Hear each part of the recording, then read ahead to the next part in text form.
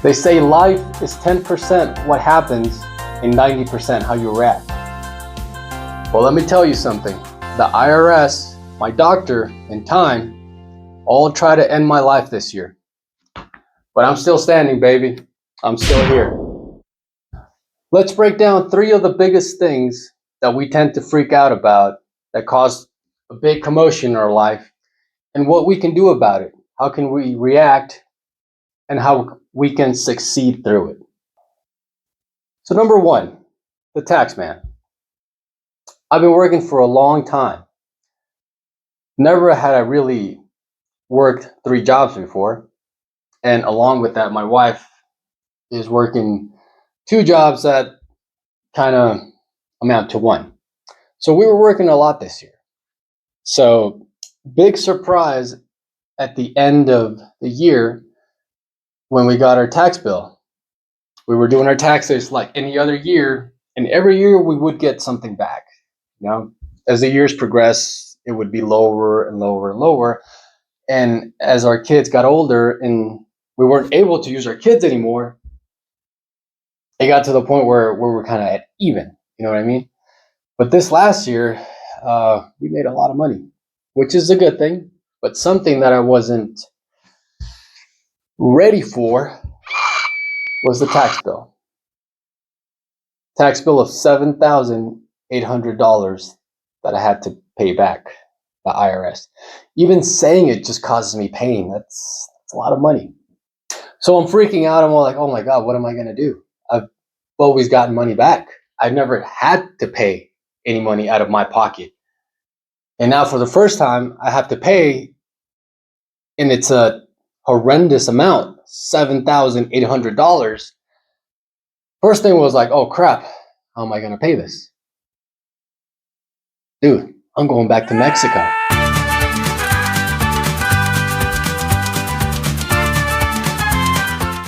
But I remember a quote from Jim Rohn. Great quote. And it said, don't wish it was easier, wish you were better. So one of the things that really helped me out on this big freak out moment, emergency, whatever you want to call it, was that I had an emergency fund. And guess where all that emergency fund went to? Yes, Uncle Sam. Uncle Sam got to keep it all. But I learned a very important lesson. And it wasn't that the more money you make, the more money you have to pay back the government, which is very important to figure out. That's something I figured out here. But more importantly is that it's always good to have a backup plan. It's always good to be ready. So something that I had, an ace up my sleeve, if you want to put it that way, was an emergency fund. Something that I had been contributing to the past few years. And fortunately for me, this is what me and my wife ended up using to pay off the tremendous amount of $7,800. So we dodged the bullet there. And I mean, we could have done payments, we could have figured something out, right? We could have done what everybody does and, I don't know, use credit cards or borrow from your mom or dad. Whatever. Long story short, we were able to pay off that big bill right away. But on the negative side, there goes our emergency fund. So what happened was I got a huge, huge tax bill, something I was not waiting for. Reaction,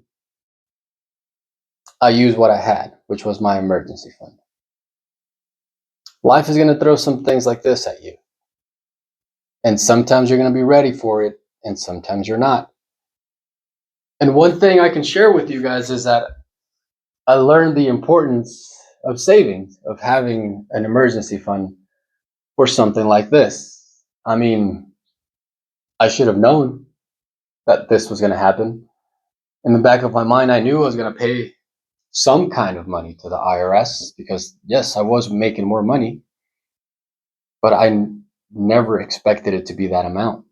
It was just crazy. So what I learned was now going forward with this, I'm going to have to implement systems. I'm going to have to put aside a certain amount of money, a certain percentage, to be able to pay this big tax bill at the end of the year. And yes, I am working more, but since I'm working more and making more money, the government asks for more of that hard-earned money. But I mean, it's not all bad. If I'm paying that amount of money to the IRS, it means that I am making a lot of money. And at the end of the day, it doesn't matter how much you make. What matters is how much goes out. What matters is how do you manage that money? Are you making it grow? Are you paying off debt? What are you doing with that money? Are you doing something good with it? Or are you just getting into more debt? Are you just living high on the hog? That's very important. So we move on to freak out number 2. So in this one, we go to the doctor's office, right? And this being in great shape, or at least I think I'm in great shape. Went to the doctor, you check up I like to go every 2 years. So I went to get my checkup done. They ran all the numbers, blood tests, blah, blah, blah, And the results come back, and guess what? I have a very high cholesterol. And high cholesterol kind of runs into my family. Not really. I really don't have that many relatives that have high cholesterol, but there are some. So it does run in the family. So to my big surprise, me thinking I'm in great shape, right? But just because you look like you're in great shape, the outside of the car might look nice. It might look shiny. It might get people to look, but it's what's on the inside that counts. If the motor isn't 100%, if there's a bunch of sludge in the motor, it's not going to run to its full potential. And that's what happened to me. I mean, yes, I exercised, but I also ate like a pig. So that's one misconception that we have, is that just because we work out, just because we run, just because we move, it doesn't mean that you can eat whatever you want. It doesn't mean that you're Superman. You're a human being at the end of the day. And if these constant bad habits, in this case, bad eating habits, continue, where you're eating the wrong foods, it's going to stack up. Consistency works in both ways, in bad and in good. And in this case, it was bad.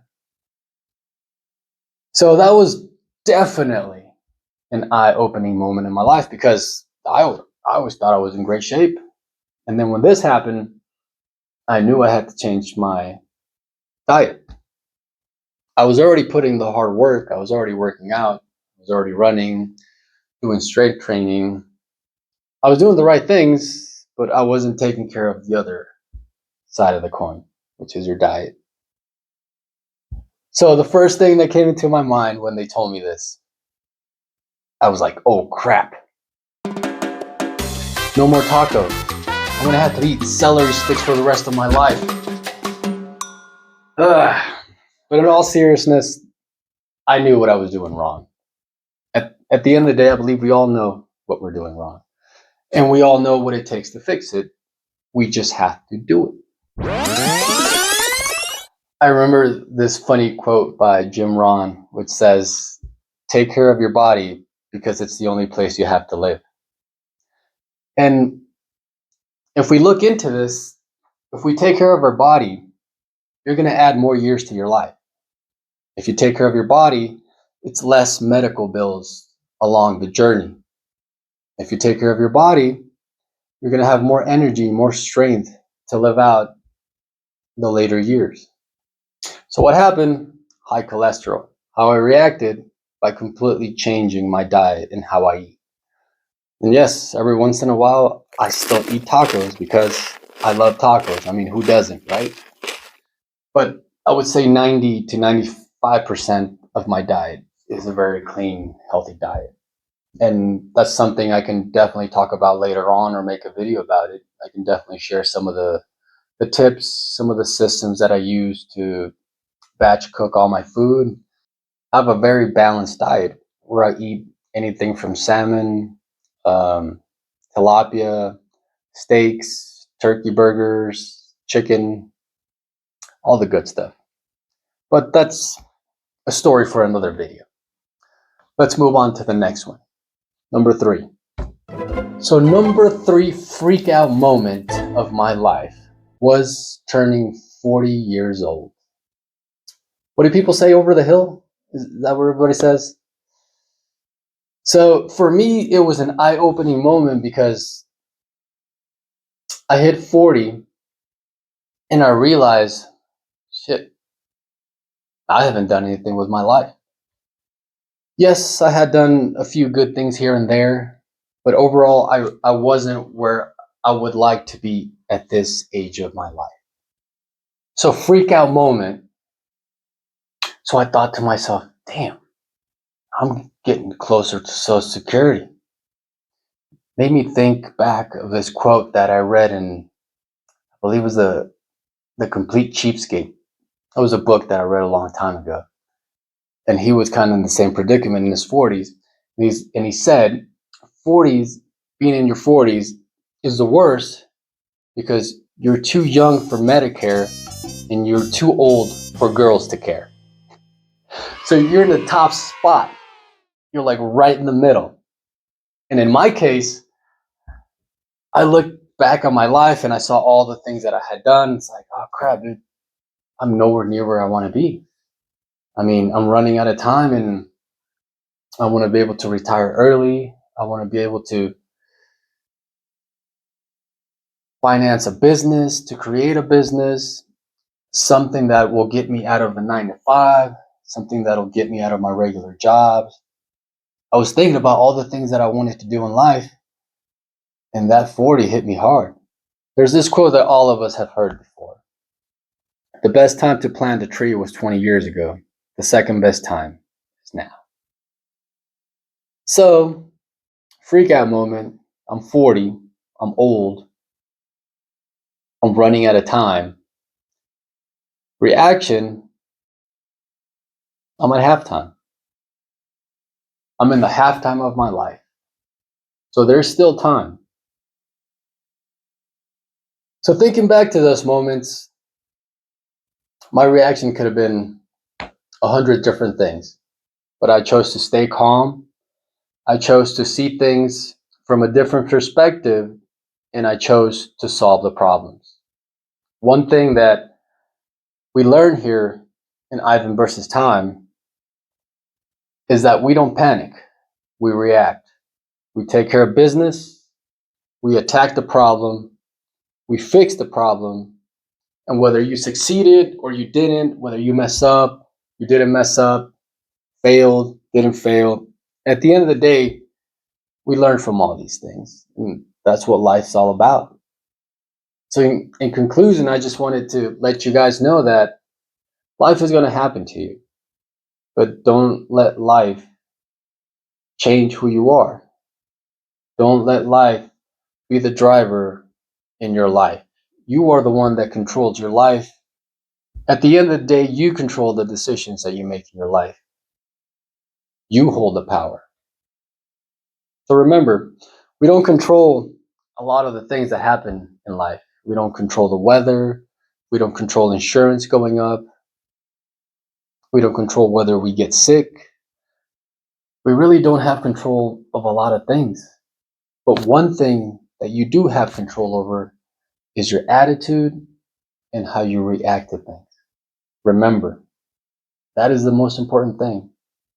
Control what you can. And at the end of the day, that's what life's all about. It's about failing, learning, and growing.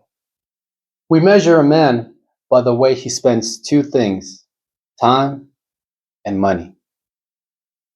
Because these are the two most valuable, most important resources in our life. If you are able to master these two things, the world is yours. Remember that. Hasta luego, amigos. Que tengan un buen día. See you next time.